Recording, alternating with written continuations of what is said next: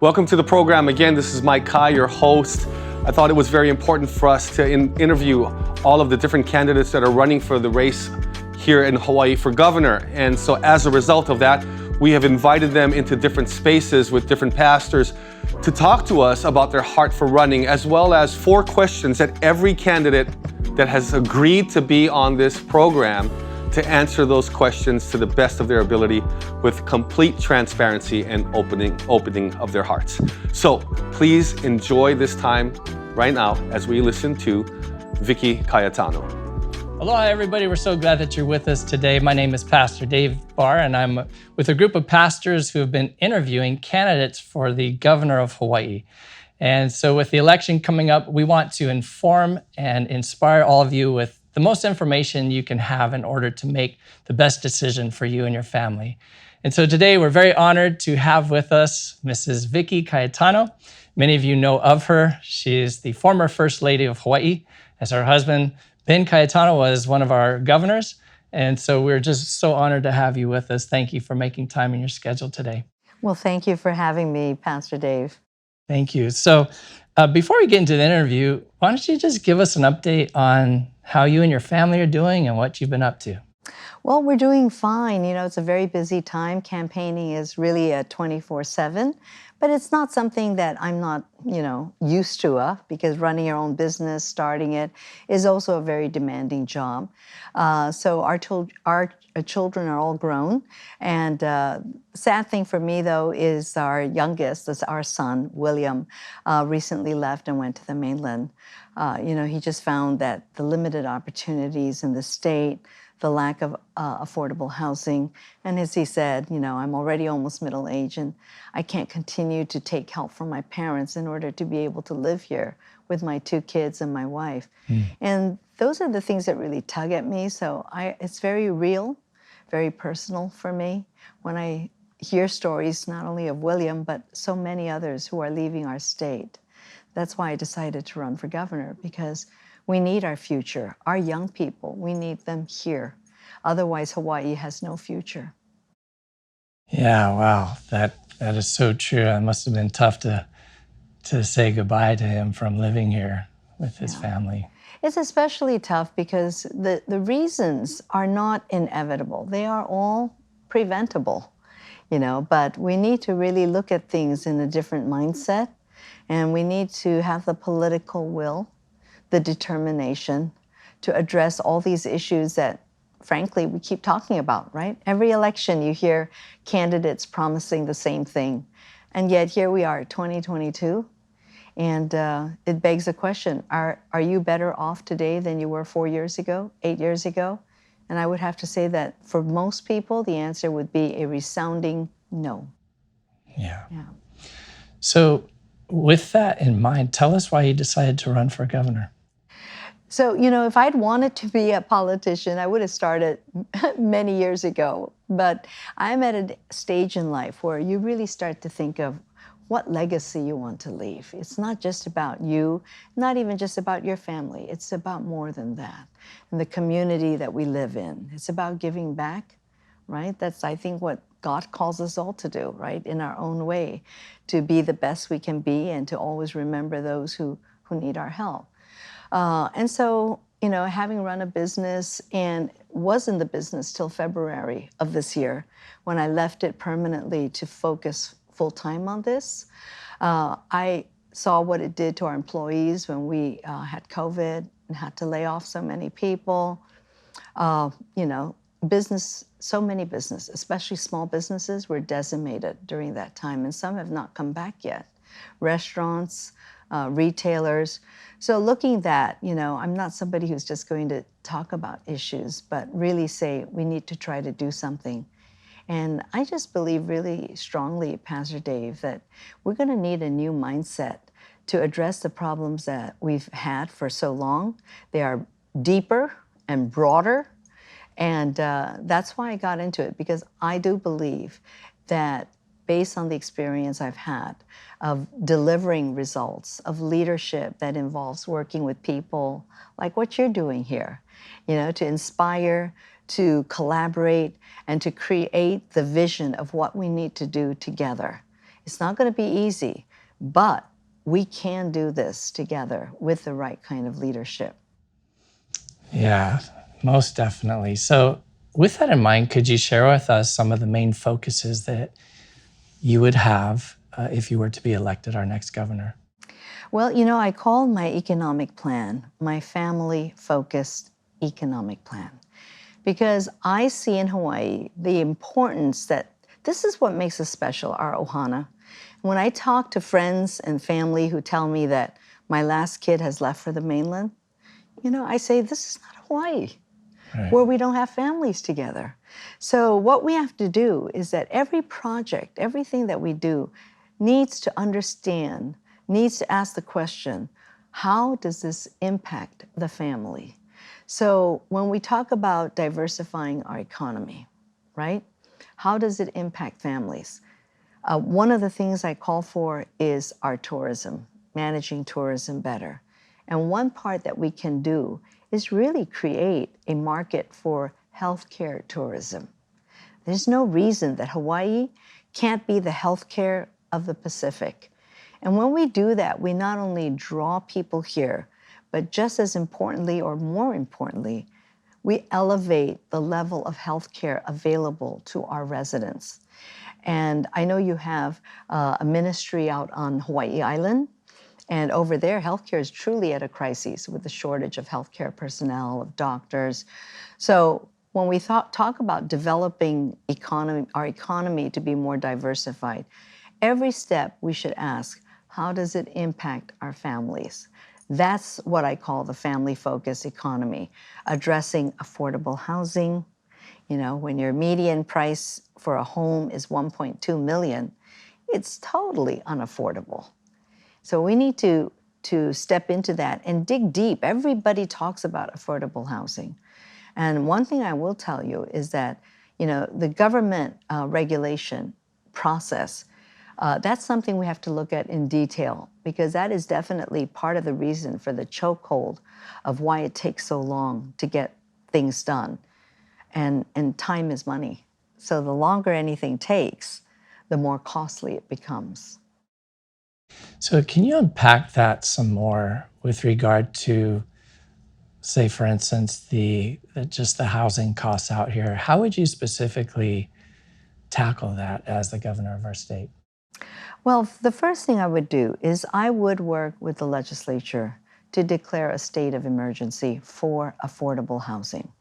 What this does is it really elevates, one, the urgency of it, of what it is, the number one priority.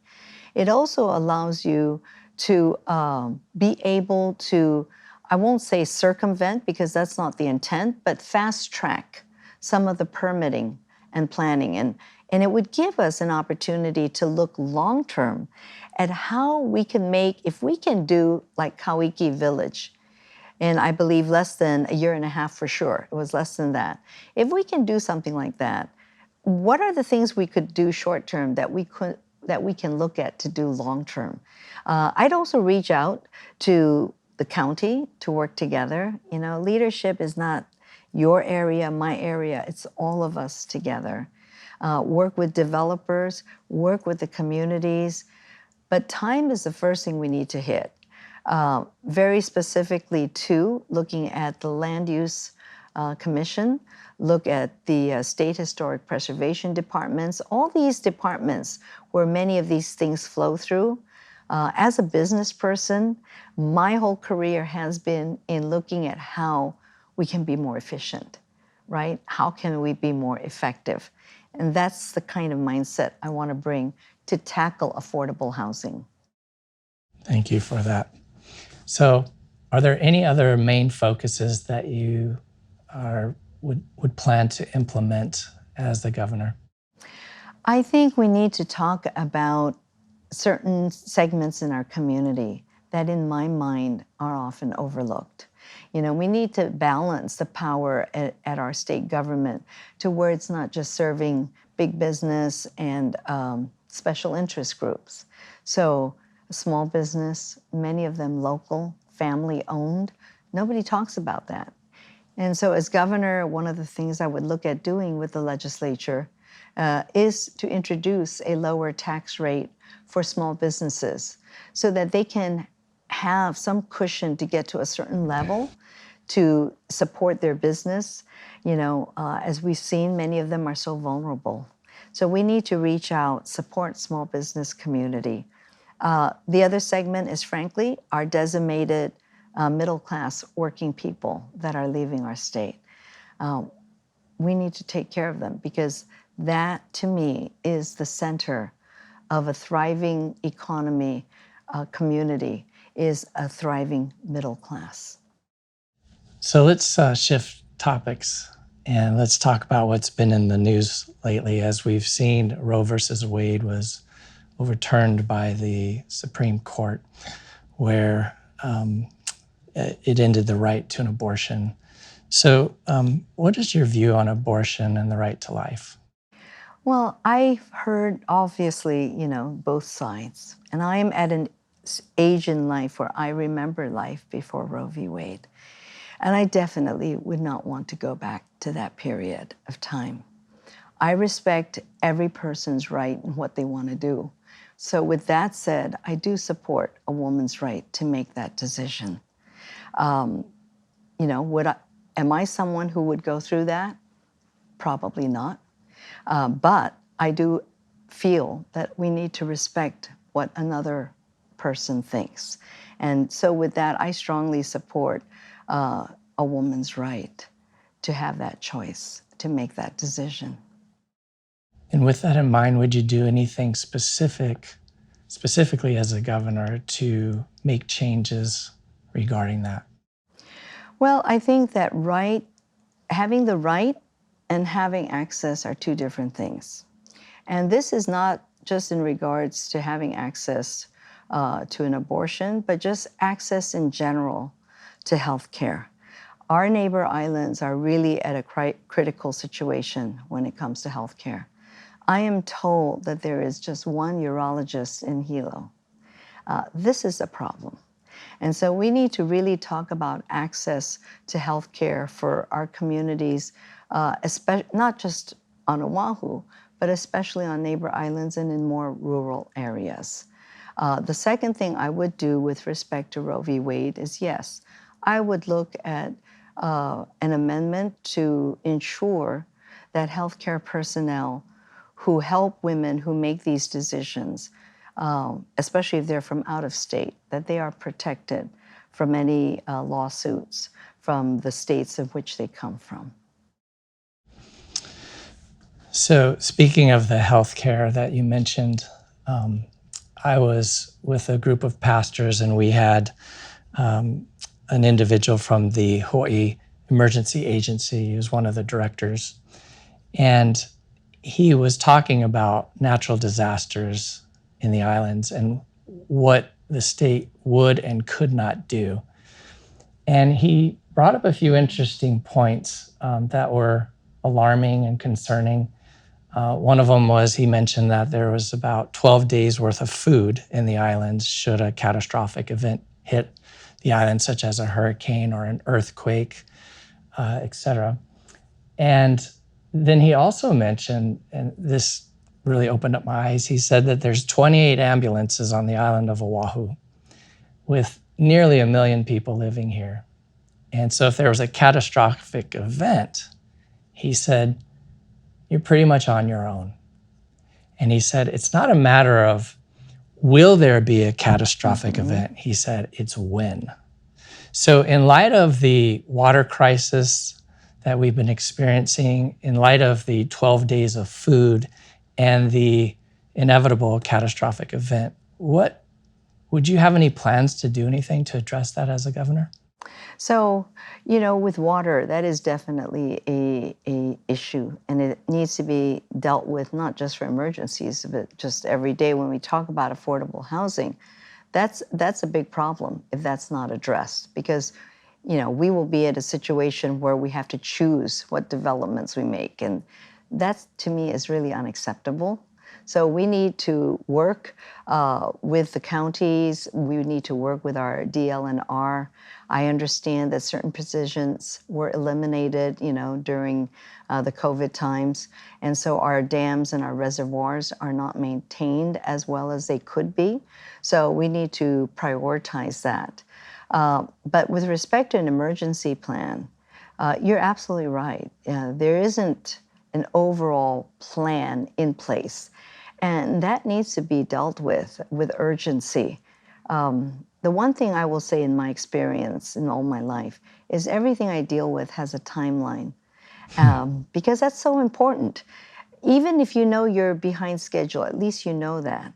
But I find that most government agencies, even when a decision is made, there's no timeline to be done for that. And that to me is very critical in being able to achieve results. Food is an issue.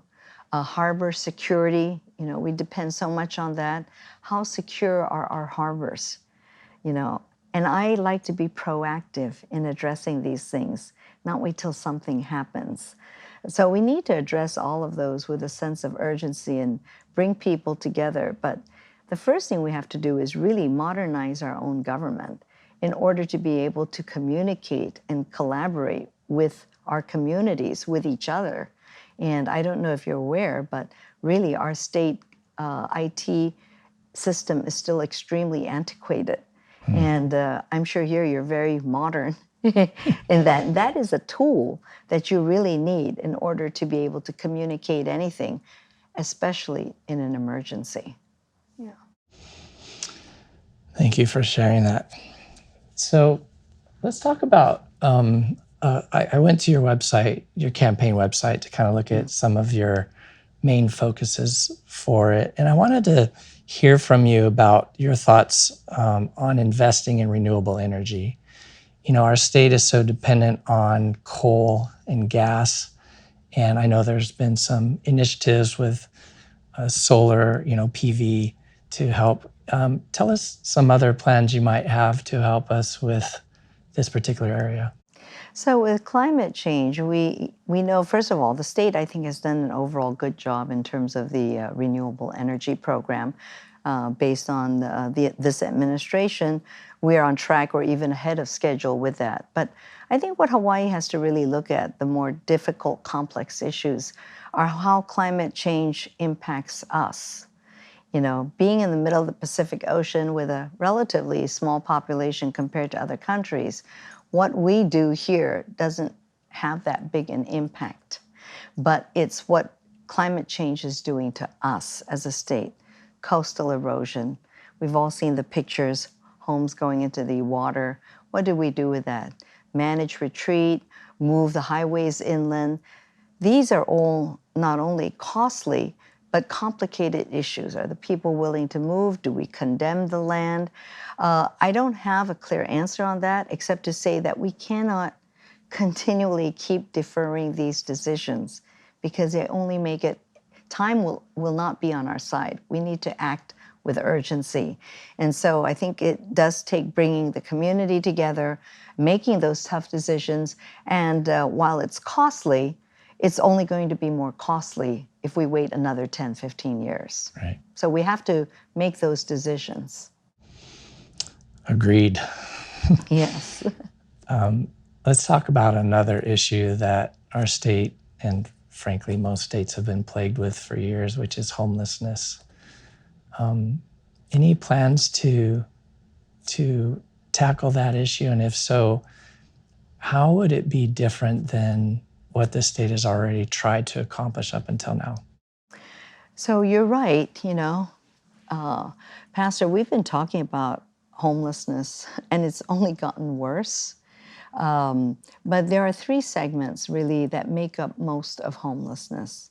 One is mental illness and substance abuse. Mm-hmm. So if you look at that, there's not really a protocol in place, right? You always see the responders going there. Usually it's the policemen, and then they take them to a facility, an emergency room. They get a meal. It's really a Band-Aid fix, and then they're back on the streets again with no long-term protocol to address this. With mental illness, not only here, but on all islands, I would call for a designated facility or hospital to provide a continuum care, long-term service to them, not only to help them when they need it most, but to support them as they continue on the path to getting back into the community. Kind of like what you folks do here, right? You don't just go to church when you're down. You go regularly to get support, to stay on the path. Yes, sometimes we deviate, but then you get back. There needs to be this network of support because mental illness is managed. It's not cured, it's managed. So I would call for that as a protocol to really providing a long-term fix for mental illness and emotional stress as well. Substance abuse is the same thing. We need to take a look at how we're dealing with that, but not putting a Band-Aid over it. The second segment of affordable housing or the homelessness is caused by a lack of affordable housing. With no rent control in place, how do people live when a landlord tells them they're going to increase their rent by 20%? They have to move. Where do they move? You know, so one of the things I believe we need to do to stem the tide of our population leaving us, and you probably know that for 5 years in a row, our population's gone down in Hawaii. You know, so I would look at putting in place a moratorium on any rent increases for the next 2 years as governor, just to help our kupuna, our people who are leaving because of increases, just to kind of stem that tide while we look at a long-term plan of what we need to do. Is there anything else that you'd like to share with regard to your campaign initiatives and what you would do being our governor? Well, thank you for that. I think the message I would just share is that, you know, I feel for residents, for voters who keep hearing this and say, you know, no different, everybody promises the same thing. And I am a person of action. My life experiences, results driven, this is what I live by.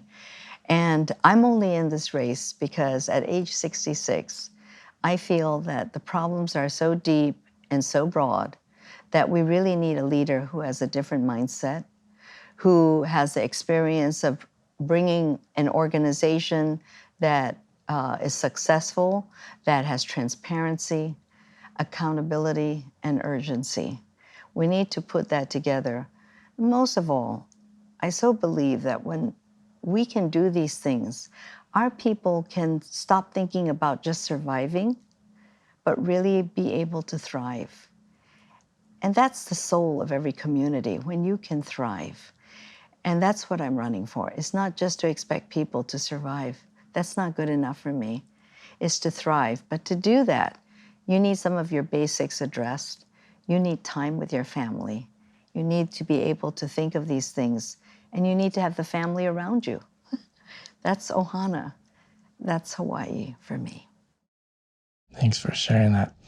So I have a couple more questions because we have some more time here for this video podcast. So the first question is, since the majority of people watching this are part of a faith community, could you share with us a little bit about your journey with faith? Well, I'm very blessed. You know, my parents were Baptists. And so I remember Dad always taking us to church. And I grew up in a very large family of 9. And my cousins, half of us were Catholics and half were Protestants. But our family were on the Protestant side. So Dad and Mom really instilled in us a wonderful sense of faith, which I carry through even to now. I don't go to church regularly, but lately over the COVID thing, my daughter, myself, we do it remotely. You know, I listen to Dan Chun at First Press. Mm-hmm. And so I believe that in life, whatever your God or religion is, faith plays a very important role. And countries that don't believe that, I don't feel that they have that kind of soul. that I think is really important. So for me, that kind of faith is something that's the best gift you can give your children, because I can tell you now, I carry it over at my age in life, and I'm very grateful to my folks for that. Yes, that's great. So to our listeners, a little fun fact here with Vicky is, and tell me if I read this correctly, she and her brother actually were in an Elvis Presley movie. Is that true? No, it wasn't me. Oh. Actually, it was my sister Ginny Okay. and my younger sister Liz and my okay. brother Al. The three of them were in a movie called Girls, Girls, Girls. Typical Elvis Okay. Presley movie. Okay. And then what's interesting is that the producer wanted Ginny, my sister, the pianist, to be in another movie with Elvis. This one set in Seattle, 1962, called It Happened at the World's Fair. But Ginny was so talented, and she had already been committed to perform for the late President Kennedy. And so my dad, so clever, says, well, Vicky cannot play the piano. Ginny's going to play for President Kennedy, and I'm going to send Vicky instead of Ginny to take this role of Sue Lin in It Happened at the World's Fair. And that's how I got that part. Yeah, it was a wonderful experience. Wow. Elvis was a really kind person who paid attention even to a 6.5-year-old girl. Wow. Wow, what a great experience you had. It was really memorable, I will say that. So we have a few more minutes. So tell our listeners, what do you like to do? Like what, aside from, obviously you're a very accomplished leader with your business that you built and just recently retired from, and you've been involved in politics, inevitably being the former First Lady. Tell us, what do you enjoy doing for fun? Well, my typical day, I kind of rather structured. So I like to meditate. I think that's very important. It just kind of brings you center to remind you of everything, what your mission is in life. I do believe very strongly in servant leadership. I would always tell my managers when I used to run the laundry that the higher you go, what it means is the more people you serve. That's really what it's all about. And then free time, love our dogs. We have 7 and 2 turtles. And so, time with them and with the grandchildren, meditation, music, those are the things that really fill my heart with joy. That's great. That's wonderful. Well, it's been an honor to get to know you, and we're so thankful that you made time in your busy schedule to share with us. And we'll be praying that in this new season of your life that God blesses you and continues to use you and your gifts and talents and experiences in life to bring change and improve lives. So thank you so much for your time. And we just want to say to all of you joining us today, thank you. We hope that this has helped you gain more information on this governor candidate, and we hope that that helps you as you're seeking God and his choice for you as you are voting in this coming election. So may God bless you all, and thanks again for joining us. Well, there you have it. You have Vicky Cayetano, the wife of former Governor Ben Cayetano, share her views on those 4 main questions. Her website is below if you'd like to vote for her. I'm praying that everybody is making an informed and biblical decision when you vote. Hope this helps in your decision making of who our next governor will be in the state of Hawaii. Aloha.